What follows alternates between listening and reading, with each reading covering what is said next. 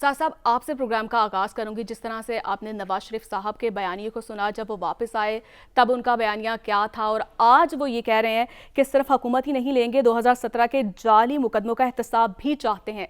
क्या वजह देख रहे हैं आप इस बदलते बयानिए की?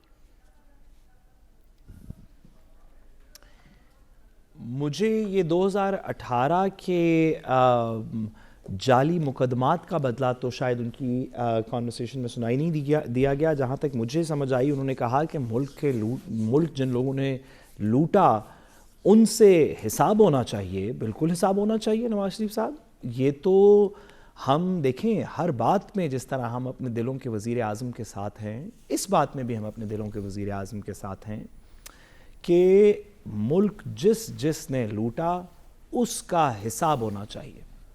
जिस वक्त के अंदर मुल्क की इकॉनमी ख़राब से ख़राब तर होती चली गई, वो लोग जिनके असासे बढ़ते चले गए, जिनके महालात बढ़ते चले गए, जिनके घरों के लॉन बढ़ते चले गए, जिनके एकड़ों के घर बढ़ते चले गए, जिनकी लंदन में प्रॉपर्टीज़ बन गई, जिनकी दुबई के प्लाजे आ गए, जिन्होंने स्विट्ज़रलैंड के अंदर महल ख़रीद लिए, जिन्होंने सरूर पैलेस जैसी जगह, हमें तो एहतसाब करना चाहिए इन लोगों का। नवाज शरीफ साहब आगे लगें, हमें फ़ौरन से पहले ऐसे लोगों का एहतसाब करना चाहिए।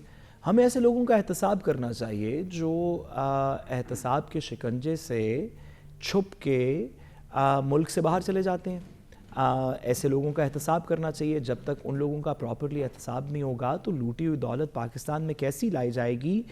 नवाज शरीफ साहब क्योंकि अदालत में ऑलरेडी कह चुके हैं, इस्लामाबाद हाई कोर्ट में कल परसों की प्रोसीडिंग्स में उनके वकील कह चुके हैं कि हसन नवाज साहब का और हुसैन नवाज साहब का हम जवाब नहीं देंगे, वो इंडिपेंडेंट हैं, वो अपना जवाब खुद देंगे। उन्होंने एक लाताल्लुकी का इजहार किया उनके फाइनेंशियल मैटर्स से। तो मुझे यकीन है कि बतौर वज़ीर आज़म, क्योंकि नवाज शरीफ साहब का कोई डायरेक्ट इस तरह ताल्लुक़ नहीं उनसे, तो वो लोग जो कि मुल्क से बाहर एहतसाब के अमल को अवॉइड करके बैठे हैं, उनसे पूछा जाएगा। नवाज शरीफ साहब आगे लगें, हम सब इसमें साथ हैं।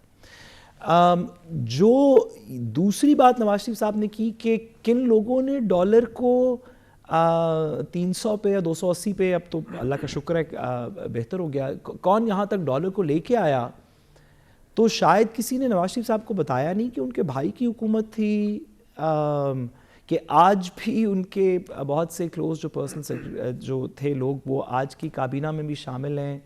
मेरा ख्याल है कि शायद, मुझे लगता है, मैं गलत हो सकता हूँ, लेकिन मुझे लगता है कि नवाज शरीफ साहब को शायद ये नहीं बताया गया, वरना मुझे यकीन है कि अगर उनको पता होता कि उनके भाई की हुकूमत है या आज भी उनके लोग उनके करीब कुछ लोग जो हैं, फवाद साहब की बात कर लेते हैं, वो क्रिटिकल पोजीशंस पे हैं, जिसकी इकॉनमी से ताल्लुक़ है, जिसका डॉलर की वैल्यू से ताल्लुक़ है।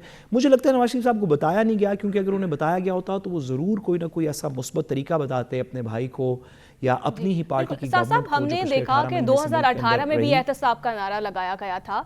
क्या देख रहे हैं आप कि तब भी जो दुरुस्त एहतसाब हुआ था, और नवाज शरीफ साहब जब जिस एहतसाब की अब बात कर रहे हैं, क्या आगे भी ये दुरुस्त एहतसाब होगा?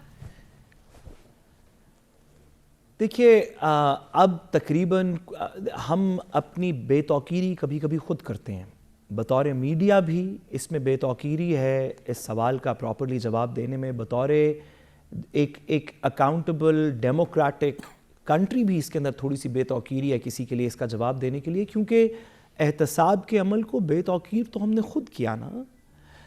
इस एहतसाब का अमल अब कैसे होगा, क्यों होगा, कौन मानेगा? अगर कल नैब कहे कि फ़लाँ शख्स ने चोरी की है, तो नैब ने तो जिनके खिलाफ 10 बाइंडर्स जमा कराए थे, उनके बारे में अदालत में बयान दिया कि ये हमें मतलूब नहीं है, हम मुकदमा वापस लेना चाहते हैं। तो मुझे नहीं पता कि क्या इंस्टीट्यूशनल रिफॉर्म करना पड़ेगा एहतसाब के अमल को वापस क्रेडिबल करने के लिए, क्योंकि अब आप देखिए ना, जो पॉलिटिकल डिवाइड है, कुछ लोग एहतसाब के अमल को 2018 में क्रिटिसाइज़ कर रहे थे। वो तमाम लोग जो 2018 में क्रिटिसाइज़ कर रहे थे, नवाज शरीफ साहब की पार्टी, फजल रहमान साहब की पार्टी, पाकिस्तान पीपल्स पार्टी, दीगर लोग जो कर रहे थे, वो तमाम लोग अब वापस नैब की तारीफ तो नहीं कर सकते। उन्होंने तो कहा कि इससे तो ब्लैक इंस्टीट्यूशन कोई नहीं है। अब जो दूसरी साइड पहले नैब को कुछ सपोर्ट करती थी, वो भी उसकी तनकीद कर रही है। मैं इसमें नैब एज एन इंस्टीट्यूशन की बात नहीं कर रहा, हम सिर्फ नैब एज एक इदारे के बारे में बात नहीं कर रहे, ہم اس پروسیکیوشن کے عمل کے بارے میں بات کر رہے ہیں جس میں پروسیکیوٹرز بھی ہیں، انویسٹیگیٹرز بھی ہیں، نیب بھی ہے، احتساب کی عدالتیں بھی ہیں. اس پورے سسٹم کے اندر جو ہمارا اکاؤنٹیبلٹی کا سسٹم ہے اس میں اب کیا کرنا پڑے گا؟ میں آپ سے پوچھنا چاہتا ہوں، بلکہ